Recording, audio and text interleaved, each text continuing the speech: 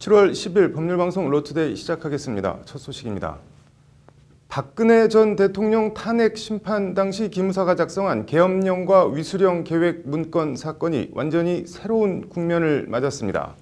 인도를 국빈 방문 중인 문재인 대통령이 관련 내용을 보고받고 독립수사단을 구성해 철저하고 신속하게 수사할 것을 송영무 국방부 장관에게 지시했습니다. 정순영 기자입니다. 인도를 국빈 방문 중인 문재인 대통령이 오늘 기무사 계엄령 검토 문건에 대한 철저한 수사를 지시했습니다. 김의겸 청와대 대변인은 브리핑을 통해 문재인 대통령이 촛불 집회 당시 국군 기무사령부가 계엄령 검토 문건을 작성한 것과 관련해 독립수사단을 구성해 신속하고 공정하게 수사할 것을 송영무 국방부 장관에게 지시했다고 밝혔습니다. 문재인 대통령은 또 독립수사단이 기무사의 세월호 유족 사찰 의혹에 대해서도 수사하도록 지시했습니다. 독립수사단은 군내 비육군, 비기무사 출신의 군 검사들로 구성될 예정입니다. 나아가 독립수사단은 국방부 장관의 수사 지휘를 받지 않고 독립적이고 독자적으로 수사를 진행하게 된다고 김의겸 대변인은 밝혔습니다. 문재인 대통령이 독립수사단을 구성하라고 지시한 이유는 이번 사건에 전현직 국방부 관계자들이 광범위하게 관련돼 있을 가능성이 높고 현 기무사령관이 계엄령 검토 문건을 보고한 이후에도 수사가 진척되지 않고 있는 점 등을 고려한 것이라는 게 김의겸 대변인의 설명입니다. 문재인 대통령의 이번 특별수사 지시는 현안 점검 회의 등을 통해 모아진 청와대 비서진의 의견을 인도 현지에서 보고받고 서울 시각으로 어제 저녁 내려진 것입니다. 문재인 대통령의 기무사 계엄령 문건 작성 특별수사 지시는 국방부 검찰단으로는 제대로 된 수사가 안 될 거라는 인식에 기반하고 있습니다. 수사 결과에 따라 기무사는 존폐 수준의 개혁이 불가피할 전망입니다. 법률방송 정순영입니다.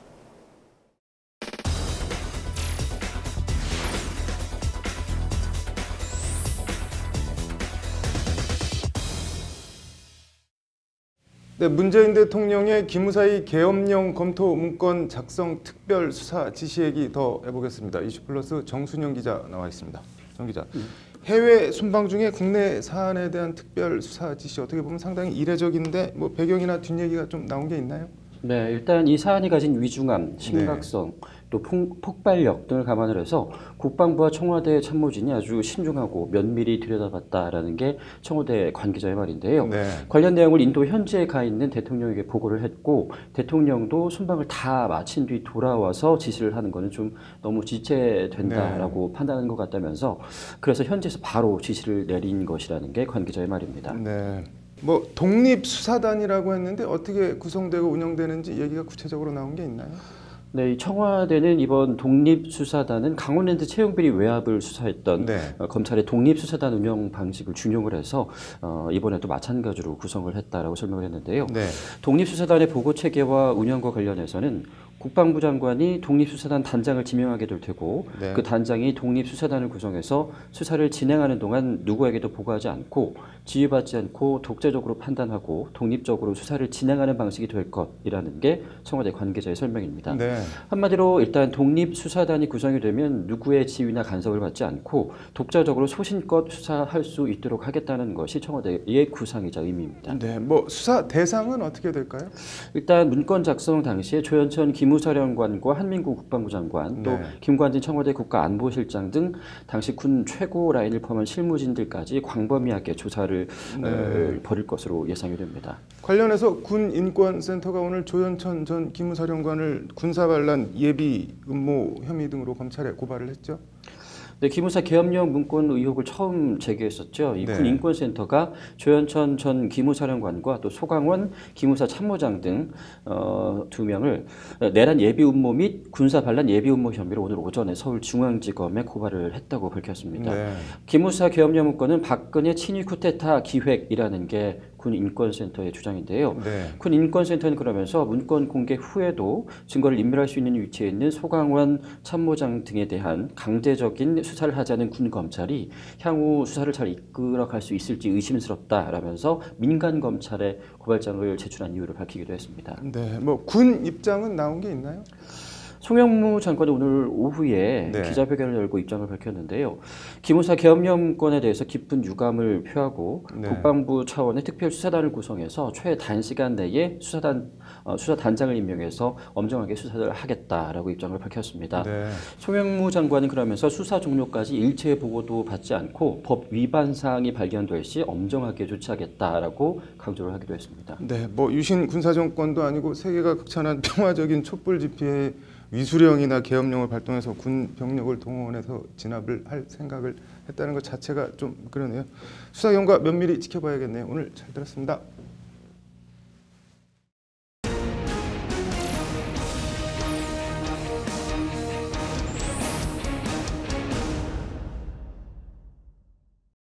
헌법재판소가 오늘 탐정업 금지에 대해 합헌 결정을 내렸다고 밝혔습니다. 로인사이드 신세아 기자 나와 있습니다. 신 기자, 헌재 결정 어떤 내용인가요? 네, 탐정은 우리가 흔히 알고 있는 뜻 그대로 누군가의 사생활을 조사하는 일을 하는 사람으로 민간 조사 제도라고도 합니다. 네. 경찰관으로 정년 퇴직한 정모 씨가 이 탐정업을 금지하고 명칭도 사용하지 못하도록 한 신용정보의 이용과 보호에 관한 법률 40조가 네. 직업 선택의 자유와 평등권을 침해한다며 위헌 심판을 청구를 했는데요. 네. 헌재 재판관들은 이에 대해 전원 일치 의견으로 이 조항은 합헌이다라고 판단했습니다. 네. 뭐 이 탐정법 관련 현행법이 지금 어떻게 돼 있나요? 네, 신용정보법 제40조 4호에는 신용정보회사가 아니면 특정인의 소재 및 연락처를 알아내거나 금융거래 등 상거래 관계 외에 사생활 등의 조사를 할 수 없게 되어 있습니다. 네. 또 제40조 5호에서는 정보원, 탐정과 그 밖에 비슷한 명칭도 사용할 수 없도록 명시되어 있는데요. 네. 이를 어길 경우에는 3년 이하의 징역이나 3천만 원 이하의 벌금에 처하도록 하고 있습니다. 네. 이 해당 조항이 미아, 가출인, 실종자, 사기꾼 등 이 사람 찾기를 업으로 하거나 탐정 또는 이와 유사한 명칭을 사용하지 못하게 한 현행법이 어긋나지 않는다는 게 헌재의 판단입니다. 네. 뭐 미아나 실종자 찾아주는 게 나쁜 일 같지는 않은데 이를 금지한 조항이 합헌이라는 헌재 판단 이유가 어떻게 되나요? 네, 물론 일부 순기능도 있지만 네. 이 사생활 보호라는 목적을 달성하기 위해서는 탐정업을 금지하는 것 말고는 다른 방법이 없다라는 게 헌재의 판단인데요. 네. 헌재는 최근 일부 업체들이 사생활 정보를 불법 수집, 제공하다가 단속돼서 사회 문제로 대두되기도 했다. 이는 조사업을 금지하는 것 외에 달리 입법 목적을 실현할 방법을 찾기 어렵다고 밝혔습니다. 네. 또 명칭 사용 금지와 관련해서는 탐정 유사 명칭 사용 허용 시 일반인들은 이를 오인해 특정인의 사생활 등에 관한 개인정보 조사를 의뢰하거나 개인정보를 제공함으로써 개인 사생활 비밀이 침해될 우려가 크다고 덧붙였습니다. 네. 다른 나라들은 어떻게 되어 있나요?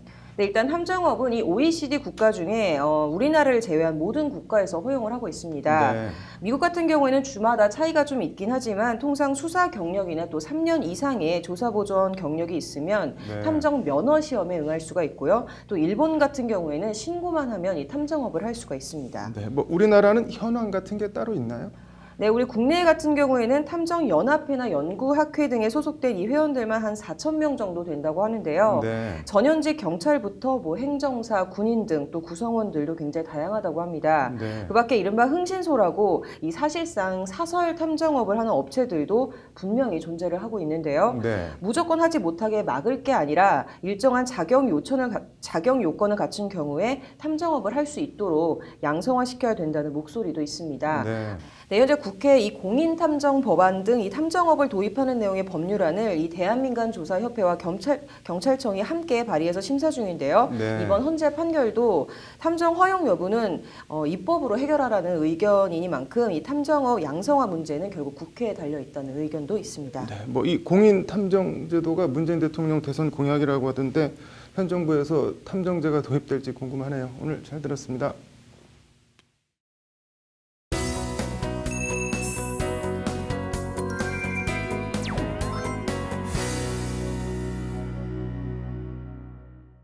평화로 가는 길은 없다. 평화가 길이다. 문재인 대통령이 지난 8일 인도 국빈 방문을 앞두고 인도 최대 영문 일간지와 진행한 인터뷰에서 인용한 마하트마 간디의 말입니다. 인용하다 하면 보통 이렇게 남의 말을 빌려 쓰다는 뜻으로 받아들입니다. 그런데 우리 민법에서는 이 인용하다가 좀 많이 다른 의미로 쓰인다고 합니다. 부부간에 서로 인용한다. 무슨 뜻일까요? 법률방송 법률용어 이제는 바꾸자 장한지 기자입니다. 짜증 좀 내지 마. 짜증 좀 내지 말았죠. 알았다고! 그러니까 이혼해. 그러니까 나도 하고 싶다고. 근데 엄두가 안 난다고. 이제. 우리 민법은 부부간의 의무 조항을 두고 있습니다. 부부는 동거하며 서로 부양하고 협조해야 한다. 그러나 정당한 이유로 일시적으로 동거하지 아니하는 경우에는 서로 인용해야 한다. 동거하지 않을 때는 서로 인용해야 한다. 참으로 희귀한 말입니다. 시민들은 어떻게 이해할까요? 뭐를 활용하는 거 아니면 뭐 전에 있던 거를 그대로 이용하는 거. 인용하다. 네. 뭔가를 따라 사용하다라는 뜻 아닐까요? 인용하다, 한자로는 끌인, 쓸 용자를 사용합니다. 국어사전에서는 기본적으로 남의 말이나 글을 자신의 말이나 글 속에 끌어 쓰다는 뜻이 가장 먼저 등장합니다. 인정하다의 인, 용납하다의 용을 써서 인정하고 용납하다라는 뜻도 있습니다. 하지만 우리 민법에 나오는 인용하다는 사전에도 없는 참을 인내, 용납하다 용을 사용합니다. 해당 민법 조항에 인용하다, 그러니까 부부가 동거하지 아니할 때에는 서로 참고 용납하라는 뜻인 겁니다. 참을 인해 용납하다 용, 인용. 지금은 국어사전에도 안 나오는 단어지만 조선 왕조실록에는 15번이나 등장합니다. 봉건 왕조 시대에나 쓰였던 죽은 단어가 21세기 우리 민법 법전에 여전히 살아서 그대로 남아있는 겁니다. 사전에 없는 단어를 법률용어로 쓰면은 그거는 안 맞다고 생각합니다.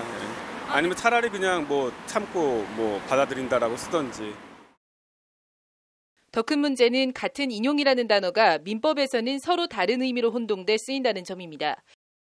민법 제217조에서의 인용은 인정하고 용납하다의 뜻인 반면 민법 부칙 제3조에서는 통상적으로 쓰이는 남의 말이나 글을 자신의 말이나 글에 끌었을 때라는 뜻으로 쓰고 있는 겁니다. 어떤 결과에 대해서 그것을 참고 받아들여야 된다라는 뜻도 있고 인정하고 용납해야 된다. 이렇게도 좀 해석할 수가 있을 것 같고요. 인용이라는 단어를 여러 가지로 의미로 쓰고 있는 것 같습니다. 국립국어원은 2003년 국어 순화 자료집을 편찬하면서 남의 말이나 글을 자신의 말이나 글에 끌었을 때 쓰는 인용하다는 끌어쓰다로, 인정하고 용납하다의 인용은 인정하고 받아들이다로, 참을 인해 용납하다 용의 인용은 참아 견디다로 쓸 것을 권고했습니다.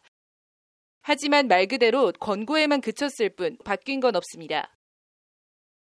그 부분을 서로 참고 견뎌야 또는 참고 받아들여야 서로 다듬어서 제시한 적이 있습니다.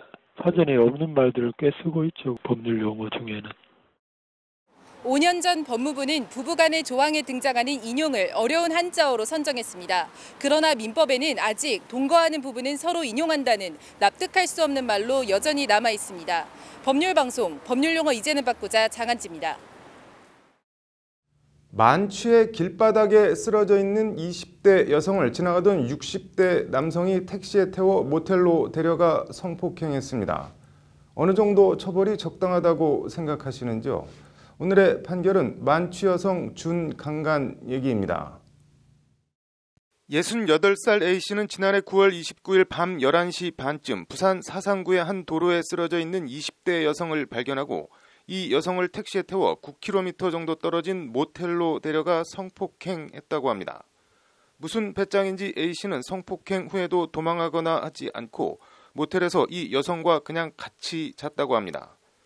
이튿날 오전 6시쯤 잠에서 깬 이 여성이 경찰에 성폭행 신고를 하려 하자 A씨는 휴대전화를 빼서 바닥에 던져 부숴버렸다고 합니다. 준강간과 재물손괴 혐의로 재판에 넘겨진 A씨에 대해 1심 법원은 오늘 징역 3년에 성폭력 치료 프로그램 40시간 이수를 명령했습니다. 재판부는 잠에서 깬 피해자가 도망치지 못하게 자신을 붙잡자 10분 넘게 격렬한 몸싸움을 벌이는 등 죄책이 무겁다. 피해자는 상당한 성적 수치심과 정신적 충격을 받았을 것으로 보이며 A씨를 용서하지 않고 있다고 A씨를 질타했습니다. 재판부는 다만 A씨가 뒤늦게나마 범죄 사실을 인정하고 반성하는 점, 성폭력 범죄 전과가 없는 점 등을 고려했다고 양형 사유를 밝혔습니다. 강간은 신체에 대한 위해나 협박, 물리력을 행사해야 성립하는 범죄입니다. 이렇게 술에 만취해 거부 의사를 표현할 수 없는 이른바 심신상실 상태의 여성을 성폭행한 경우는 강간이 아닌 준강간 혐의를 적용합니다. 형량은 징역 3년 이상으로 강간과 동일합니다. 다 떠나서 68살 남성이 대로변에 쓰러진 20대 여성을 택시에 싣고 모텔로 들쳐업고 들어갔는데 그걸 택시 기사나 모텔 종업원 등 아무도 신고를 하지 않았다는 게 씁쓸하다고 해야 할지 무심하다고 해야 할지 무섭다고 해야 할지 아무튼 좀 많이 그렇습니다. 오늘의 판결이었습니다. 이어서 법조계 소식 전해드리겠습니다. 공정거래위원회 퇴직 간부들의 불법 취업 의혹을 수사 중인 검찰이 오늘 유한 킴벌리 본사를 압수수색해 인사 관련 문서와 컴퓨터 하드디스크 자료 등을 확보했습니다. 검찰은 앞서 지난 5일에는 현대건설, 현대백화점, 기아자동차, 쿠팡 등 공정위 간부들이 퇴직 후 취업한 다른 업체들을 압수수색했습니다. 앞으로 공직자가 민원인 등 직무 관련자에게 편의 및 특혜를 요구하거나 불필요한 일을 강요하면 징계 등 처벌을 받게 됩니다. 권익위는 오늘 이런 내용을 공무원 행동강령에 구체적으로 명시해 위반 시 징계를 강화하는 방안을 추진하겠다고 밝혔습니다. 불법 웹툰 사이트 밤토끼 등 해외에 서버를 두고 불법 복제물을 유통시켜온 사이트 12곳이 오늘 폐쇄되거나 운영이 중단됐습니다. 방통위는 이용자들이 대체 사이트로 옮겨가는 풍선 효과를 차단하기 위해 불법 복제물 사이트의 접속 차단 절차를 간소화하고 향후 2-3년간 지속적인 모니터링을 할 것이라고 밝혔습니다. 법령에 근거 없이 주민등록번호를 수집 처리할 수 있도록 규정한 지방자치단체 규칙 147개가 정비됩니다. 법제처는 오늘 법령 근거 없이 주민등록번호를 적도록 한 별지 서식, 제출 서류 등을 생년월일로 대체하는 내용으로 개정하라고 지자체에 의견을 전달했다고 밝혔습니다. 7월 10일 법률방송 로투데이 마치겠습니다. 시청해 주셔서 감사합니다.